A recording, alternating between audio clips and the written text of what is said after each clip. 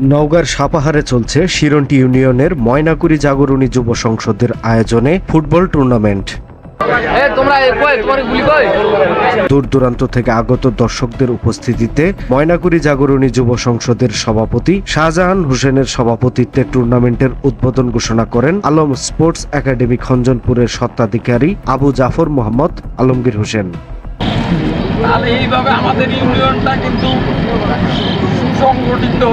এ সময় সমাজসেবক আবু জাফর টুর্নামেন্টের জন্য 2টি বল উপহার দেন। তিনি চান যুব সমাজ খেলাধুলা চর্চায় ফিরে আসুক, এতে করে কমবে সমাজের অনৈতিক কর্মকাণ্ড, যুবকেরা আসক্ত হবে না কোনো অপকর্মে, বাড়বে সমৃদ্ধি, এগিয়ে যাবে দেশ বিনোদন চর্চার মাধ্যমে।